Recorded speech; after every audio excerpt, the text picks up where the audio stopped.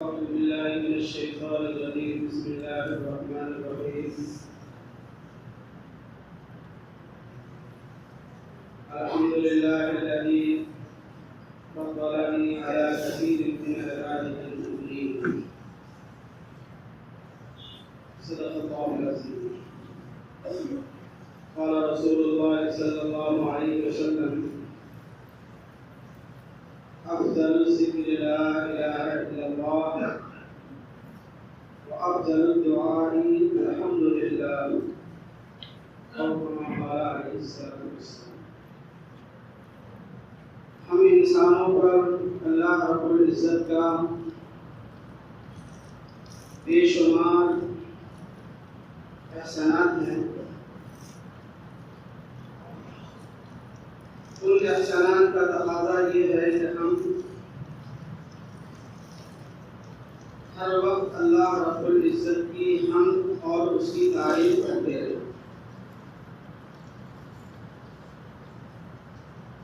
اللہ تعالیٰ کے جو مقرر بندے فرشتے ہیں، اور اس میں بھی وہ فرشتے جو عرش کو اٹھائے رہتے ہیں، الذين يحملون العرش ومن حوله يسبحون بحمد ربهم، وہ فرشتے ہما وقت اللہ رب العزت کی تسبیح اور تعریف بیان کرتے رہتے ہیں.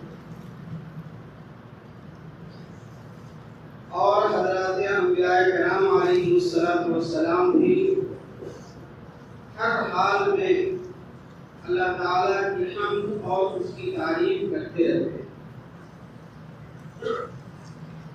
ویسے تو اللہ تعالیٰ کی حمد اور تعریف ہر وقت کرنی چاہیے، خواہ خوشی کا موقع ہو یا غمی کا موقع ہو، ہر حال میں اللہ تعالیٰ کی تعریف اور اس کی توصیف کرنی چاہیے. لیکن چند مواقع ایسے ہیں جن میں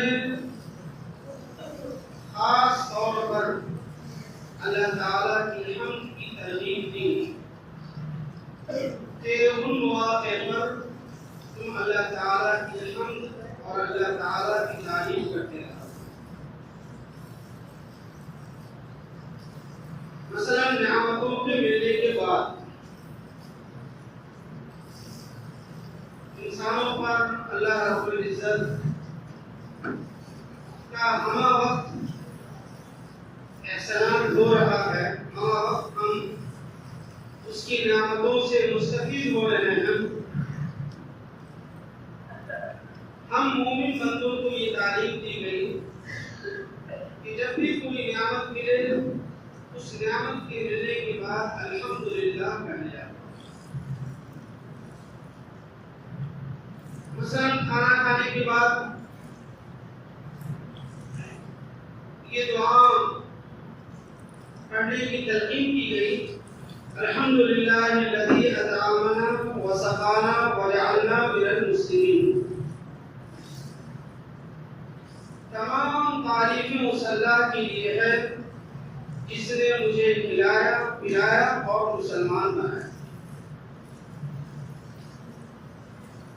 ہم کھانا کھاتے ہیں لیکن اس دعا کے پڑھنے کا اہتمام نہیں کرتے. یقین جانیے کہ اگر ہم نے اس دعا کے پڑھنے کا اہتمام کیا، ہم عارضی نعمتوں سے لطف اندوز ہو ہی رہے ہیں. اللہ تعالیٰ دائمی نعمت بھی ہمیں دے گا، یعنی ہمیں جنت میں داخل کرے گا. اس دعا میں ایک یہ بھی ہے کہ اللہ تعالیٰ نے ہمیں مسلمان بنایا اور ایمان کی دولت سے سرفراز فرمایا. اس نعمت کے ملنے پر بھی اللہ تعالیٰ کی حمد کی وجعلنا من المسلمین، ہمیں مسلمان بنایا. ہم اس بات پر بھی اللہ تعالیٰ کی حمد کرتے ہیں. اور اسی طریقے سے الحمدللہ علی نعمت الاسلام، اللہ تعالیٰ نے ہمیں ایمان اور اسلام کی دولت سے نوازا، ہم اس بات پر بھی اللہ تعالیٰ کا شکر ادا کریں اور اللہ تعالیٰ کی حمد کریں۔ الحمدللہ علی نعمت الاسلام، نعمت اسلام پر، نعمت ایمان پر اللہ تعالیٰ کا شکر ہے۔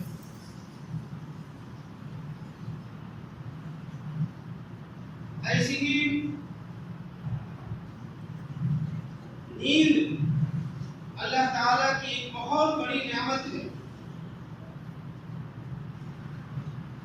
حدیث شریف میں فرمایا گیا کہ جب سونے کے لیے تم بستر پر جاؤ اس وقت بھی اللہ تعالیٰ کی تحمید اور تسبیح کرو، اور جب سو کر کے اٹھو اس وقت بھی کرو۔ مثلا حضرت فاطمہ رضی اللہ تعالی عنہا حضور اکرم صلی اللہ علیہ وسلم کے پاس گئی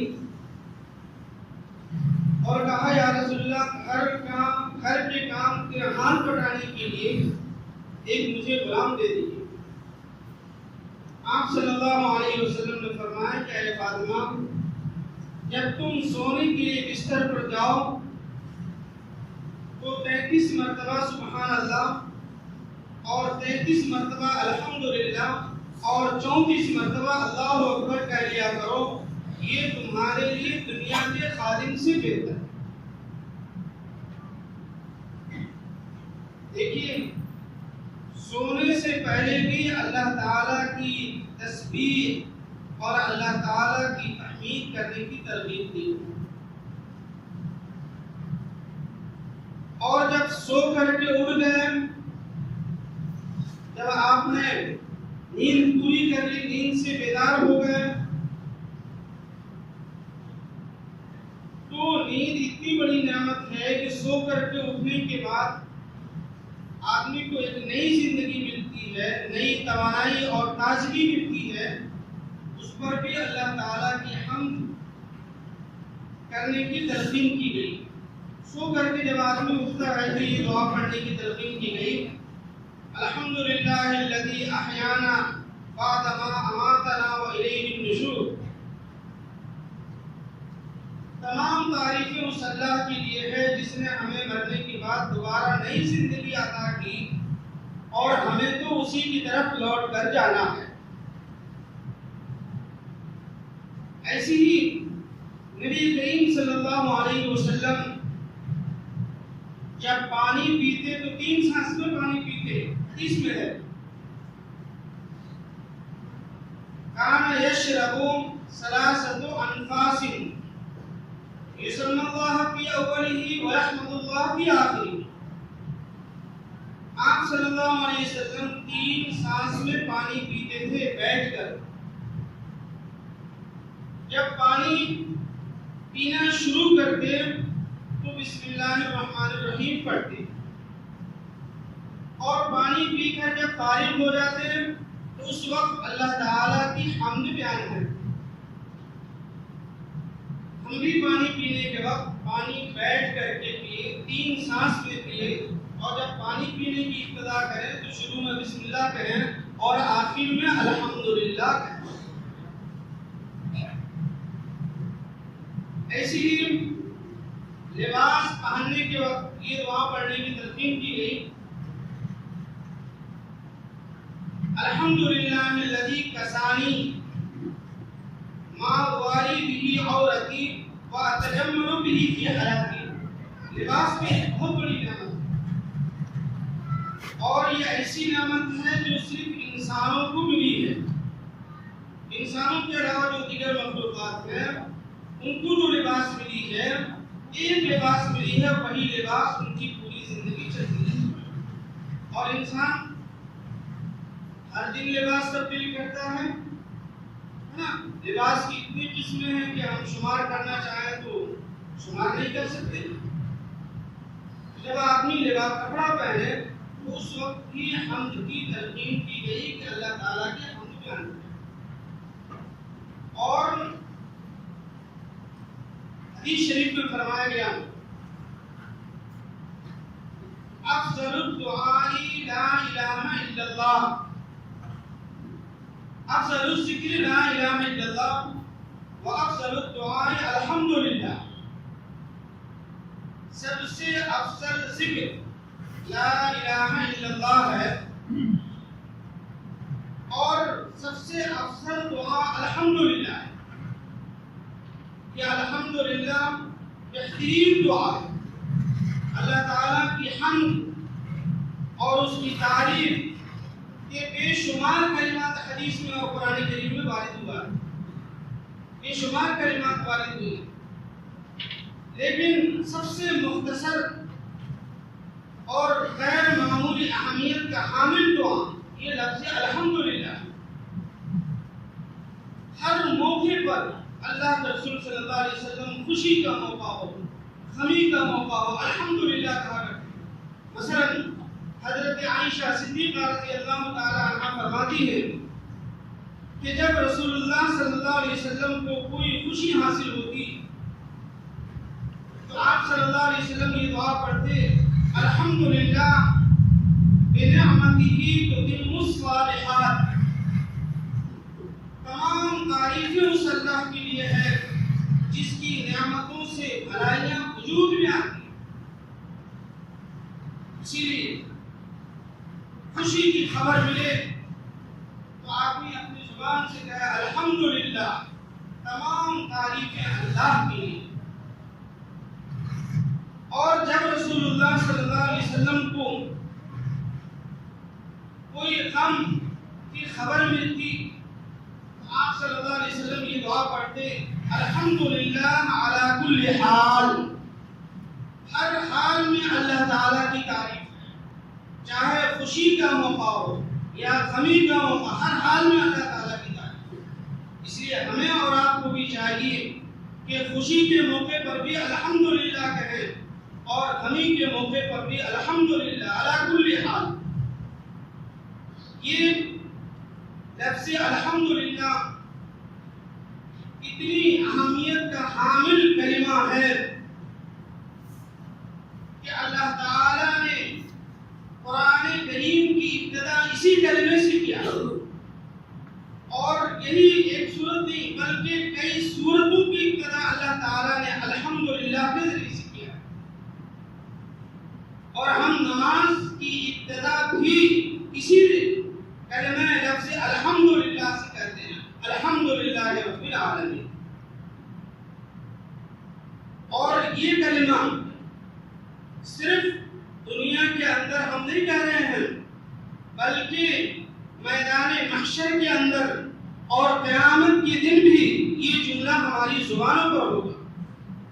مثلا ایک مومن کے لیے سب سے بڑا غم اور سب سے بڑی رسوائی وہ آخرت کی رسوائی ہوگی۔ جب اللہ تعالیٰ ایک مومن بندے کو آخرت کی رسوائی سے بچا لیں گے تو اس وقت مومن بندہ اپنی زبان سے یہ کہے گا الحمدللہ الذی اذھب عنا الحزن۔ یہ قرآن کریم کیا ہے؟ یہ تمام تعریفیں اس اللہ کے لیے ہے جس نے ہم سے غم کو دور کر دیا۔ یہ زبان پر اس کے کلمات جاری ہوں گے۔ اور ایک مومن کے لیے سب سے بڑی رسوائی اور سب سے بڑی ناکامی وہ آخرت کی ناکامی ہے۔ جب جنت کا فیصلہ ہو جائے گا تو جنتیوں کی زبان پر جو کلمات جاری ہوں گے وہ کلمات یہ ہیں، وقالوا الحمد للہ الذی ہدانا لہذا وما كنا لنهتدی لولا ان هدانا اللہ۔ کہ تمام تعریفیں اس اللہ کے لیے ہے جس نے ہمیں ہدایت دی۔ اگر اللہ تعالی ہمیں ہدایت نہیں دیتا تو ہم اس مقام تک نہیں پہنچ پاتے۔ سب سے پہلا کلمہ جو جاری ہوگا ان کی زبان سے یہ ہوگا، وقالوا الحمد للہ الذی ہدانا لہذا وما كنا لنهتدی لولا ان هدانا اللہ۔ اور جنت میں وہ جب چلے جائیں گے ان کی زبان پر جو آخری کلمہ ہوگا وآخر دعواہم ان الحمد للہ رب العالمین۔ جنتیوں کے کلمات زبان، جنتیوں کی جو آخری گفتگو ہوگی وہ یہ وآخر دعواہم ان الحمد للہ رب العالمین۔ یہ مختصر ہے کلمہ ضرور، لیکن اس کے فائدے بہت ہیں، اس کی فضیلتیں بہت ہیں، یہ بہترین دعا بھی ہے اور بہترین کلمہ بھی ہے۔ حدیث شریف میں ہے، ایک سب سے بڑا فائدہ حدیث شریف میں ہے کہ اگر کسی شخص نے کسی مصیبت زدہ دیکھ کر یہ جملہ پڑھ لیا، کیا ہے؟ الحمدللہ الذی عافانی مما ابتلاک وفضلنی علی کثیر ممن خلق تفضیلا لم یصب ذلک البلاء۔ ایک الفاظ چھوٹ گیا، من رأى مبتلا فقال الحمدللہ الذی عافانی مما ابتلاک وفضلنی علی کثیر ممن خلق تفضیلا، کہ کسی شخص نے کسی مصیبت زدہ کو دیکھا، مصیبت زدہ کو آپ نے دیکھا اور قبل اس کے کہ وہ مصیبت آپ کو پیش آئے اس سے پہلے آپ نے یہ دعا پڑھ لی، لم یصب ذلک البلاء، اس مصیبت میں آپ گرفتار نہیں ہو سکتے، اس مصیبت میں آپ گرفتار نہیں ہو سکتے ہیں۔ یہ اللہ کے رسول صلی اللہ علیہ وسلم کا فرمان ہے کہ کسی مصیبت زدہ کو دیکھنے کے بعد یہ دعا آپ نے پڑھ لی، وہ مصیبت آپ کو نہیں پہنچ سکتی ہے۔ اسی طریقے سے مصیبت کے وقت میں اگر کسی نے الحمدللہ پڑھا تو اللہ تعالیٰ اس کے لیے جنت میں گھر تعمیر کرتے ہیں اور اس کا نام رکھتے ہیں بیت الحمد۔ تو ہم مصیبت کے وقت بھی الحمدللہ پڑھیں، الحمدللہ علی کل حال، ہر حال میں اللہ تعالیٰ کا شکر ادا کریں۔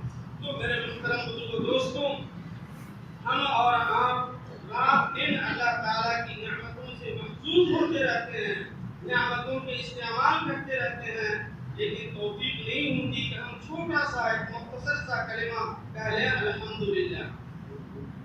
ہم ہر حال میں اللہ تعالیٰ کی حمد بیان کریں، خوشی کا موقع ہو، غمی کا موقع ہو، ہر حال میں اللہ تعالیٰ کی شکر ادا کریں، اللہ تعالیٰ کی توصیف کریں، تعریف کریں۔ اللہ تعالیٰ ہمیں بھی اور آپ کو بھی الحمدللہ بار بار کہنے کی توفیق عطا فرمائے، بلکہ اپنی زندگی کا جزو